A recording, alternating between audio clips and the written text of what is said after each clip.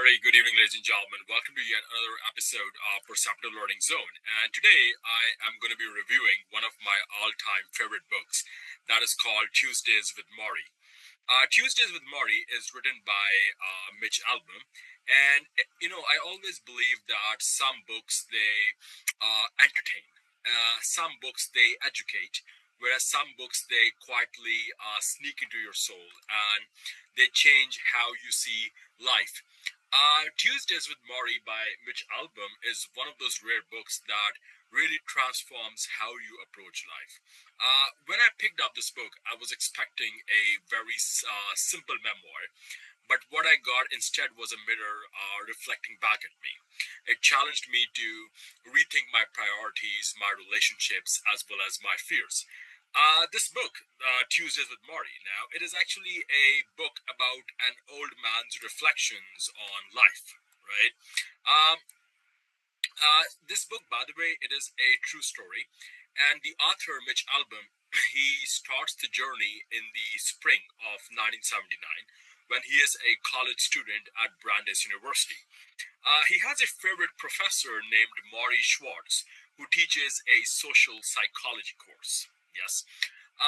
Morrie then becomes Mitch's mentor, and he becomes that one person in life which you have endless admiration for, and you turn to for knowledge and advice.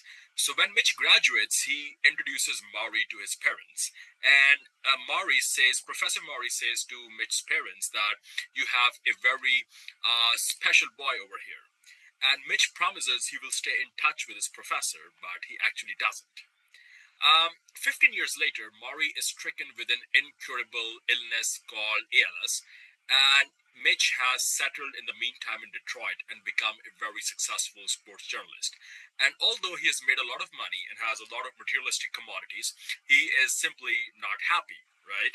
So in 1995, Morrie is interviewed by Ted Koppel on ABC's Nightline show, and Mitch sees his old professor on television, and he decides to reconnect with Morrie. So he travels to Morrie's home, and after not seeing his professor for 16 years, Mitch freezes, and he has no words while Morrie hugs him. And his professor says to him that, "My old friend, you have come back at last." Then they start talking, and Morrie tells the student that, I'm dying, and shall I tell you what it's like? And after that, Mitch begins visiting Morrie every Tuesday. That's why they call the book Tuesdays with Morrie. And they decide that these talks should be held like a class, although Mitch is the only student. The subject is the meaning of life. So, as Mitch later writes, and he quotes, although no final exam was given, you were expected to produce one long paper on what was learned, unquote. The paper is the book itself. So, what starts as a reunion between a former student and a teacher, it soon becomes a masterclass on life, on its joys, on its regrets, and most importantly, how to make peace with the inevitable. So, um, what are the lessons that we come across in this book? The first lesson is the lesson of time, how to slow down in a fast-paced world. Now, one of the first things Morrie teaches Mitch is that our obsession with productivity and success, it often blinds us to what truly matters. We chase promotions, deadlines, social status, and we think that this will bring happiness. But fellows, when we pause and reflect, right, we realize that the most beautiful moments in life, they aren't found in achievements, but in experiences, the conversations, the laughter, the quiet moments of connection. And this, personally speaking, ladies and gentlemen, it hit me quite hard. I've always been someone, who, personally speaking, thrives on the rush of work, deadlines, emails, constant, endless engagement. And these were things that I once wore in my life as a badge of honor. But lately, I've started questioning if I'm truly present in my own life. Do I call my loved ones enough? Do I sit and appreciate a sunset without reaching for my phone? Professor Morrie puts this quite perfectly, and he quotes, so many people walk around with a meaningless life. They seem half asleep, even when they're busy doing things that they think are important. This is because they're chasing the wrong things. unquote, page 43 of the book. So this reminds us that no matter how busy life gets, making time for people and experiences is what truly counts. कहते हैं time आपको निकालना पड़ता है दूसरे लोगों के लिए. This sums it up. The second thing that made me, speculate is how to redefine success after reading this book. What are we really chasing? You see, in this book, Professor Morrie talks a lot about society conditioning us to chase things like money, power, validation. But in the end, none of it really brings lasting happiness. And he tells Mitch, and I quote, "The truth is, once you learn how to die, you learn how to live," unquote. Page 82. Today, fellows, I went for a nice, good dinner with my wife, and when I was coming back from the restaurant, I came across a big graveyard. I told myself that every day I'm overwhelmed with, acclimatizing and keeping up with the rat race.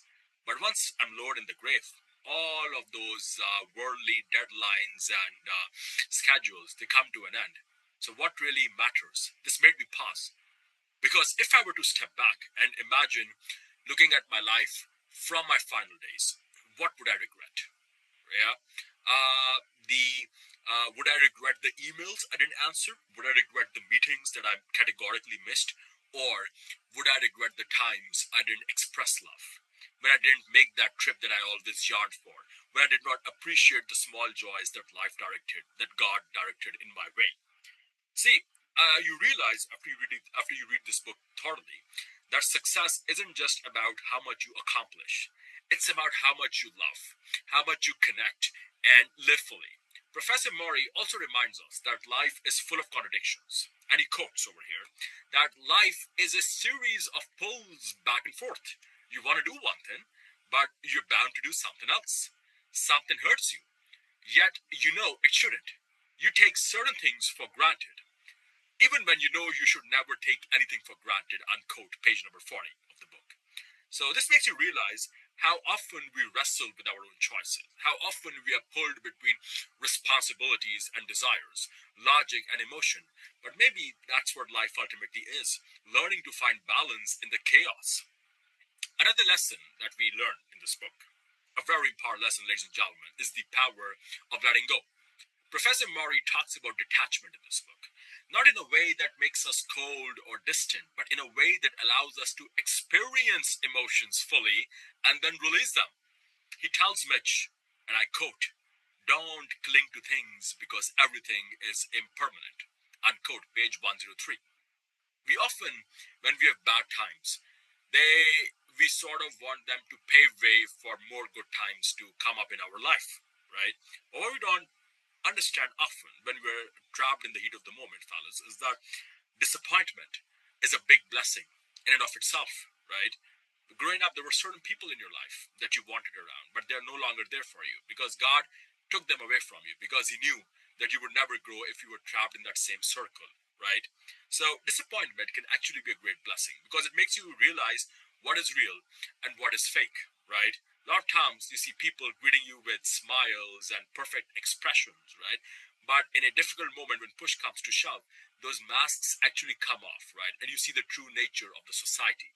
So it makes you realize that ultimately everything comes from God, everything good, it comes from God alone. And everything else is pretty much nothing but a delusion, right? So we hold on to things. We hold on to memories, mistakes, disappointments, sometimes longer than we should. But the book Tuesdays with Morrie, it teaches us, in fact, it most certainly taught me that clinging to emotions doesn't always serve me. It's okay to grieve, to feel sadness, to acknowledge fear. But after we honor these emotions, it is very imperative for us to move forward. Perhaps even our pain has something to teach us. And I quote the professor that we learn from what hurts us as much as what loves us, unquote, page 112 of the book. So this makes you rethink your own experiences, the heartbreaks, the failures, the disappointments. Instead of seeing them as wounds, you start seeing them as lessons. They shape you. They make you who you are. They make you realize the fact that clarity is a journey, not just merely an end destination. Also, this teaches you the concept of prioritizing love above everything else. At the heart of the book Tuesdays with Morrie, what I noticed, fellas, is one undeniable truth. and that is love is ultimately perhaps the most important thing, or maybe the only thing that matters. Morrie, despite his deteriorating condition, he is surrounded by love. His families, his friends, his students, people whose lives he touched. And he says, and I quote, "The most important thing in life is to learn how to give out love and to let it come in," unquote. Page 52. Then there's another thing that struck me, and that is also a quote of the professor, that not letting ourselves be loved, not letting ourselves be loved is because we are too afraid of giving ourselves to someone we might lose, unquote. Page 134. So this hit me quite hard. Now, how often, fellas, I mean, be honest with yourselves, right? How often do we build walls around ourselves, right? How often are we afraid to let someone in because we fear the pain of losing them? Yes? But the professor's words, they make us realize that love is worth the risk. Holding back, it doesn't protect us. It merely isolates us. At the end of the day, we regret the love we didn't give more than the heartbreaks we endured. In one of the most powerful moments in the book, Professor Morrie lowers his voice and says, and I quote, "Let it come in. Let it come in. We think we don't deserve love. We think if we let it, we'll become too soft. But a wise man named Levine said it right. He said, love is the only rational act," unquote. Page number 52. So this book reminded me to tell people I love them more often, and to also reflect it with my actions, to send that message. I completed my undergrad in 2018, right? And since then, it's been more than 7 years now, right? There are a lot of people that I was in touch with back then that I've no longer been in touch with, right? And quite often then, Art, I feel like all I have to do is pick up the phone and make that call. But I just keep on putting it off for more office tasks, for more administrative projects, for more deadlines, right? So at the end of the day, you realize that it's not about how much time you have, but it's about how we use it. Okay? So, final thoughts from this book that I would like to take forwards in my life, that I would encourage my dear viewers who are listening to take forward with their lives. Reading Tuesdays with Morrie, it felt like sitting down with a wise mentor who gently but firmly reminds you to live, right? And I think that is the case for most of us, right? Growing up in primary school, secondary school, OA levels, matric FSA, I'm pretty sure we had that great teacher, who lit our room, who like a bucket of sunshine, who used to smile like a packet of chips, right? And he was our go-to person whenever we felt overwhelmed, whenever we felt the crisis descending upon us. And then when we graduated, and when we flung those hats in the air, and then we were sort of, vacuumed into the abyss of corporate structures. We end up feeling directionless, disillusioned, devoid of vision, devoid of passion, devoid of charisma. And we would do anything to visit those old teachers and mentors and amazing support systems to once again, learn how to gather your rosebuds while you may, because old time is still a flying, and all that once was shall no longer be. Right. So I think we should all reconnect with those teachers, with those mentors if they're still alive. My takeaways for reading the book Tuesdays with Morrie is: number one, slow down, be present. Okay. Number two, redefine success. It is about love and connection, not just achievements. Number three, let go of what doesn't serve you. Right. Pray to God Almighty to give you the serenity to accept the things you cannot change, to give you courage to change the things you can change, but more importantly, to give you the courage, to give you the wisdom to know the difference. Okay, let go of what doesn't serve you, and above all, express love while you can. So this is a book I'll most definitely return to whenever I feel lost or overwhelmed. I would give it a solid 7.5 out of 10. And if you haven't read this book yet, I can't recommend it enough. And it's not just a story, it is a reminder to live with intention. That'll be all for now, fellows. Please don't hesitate to like, share, and subscribe. Thank you very much, and stay blessed always. God be with you all. Assalamu alaikum.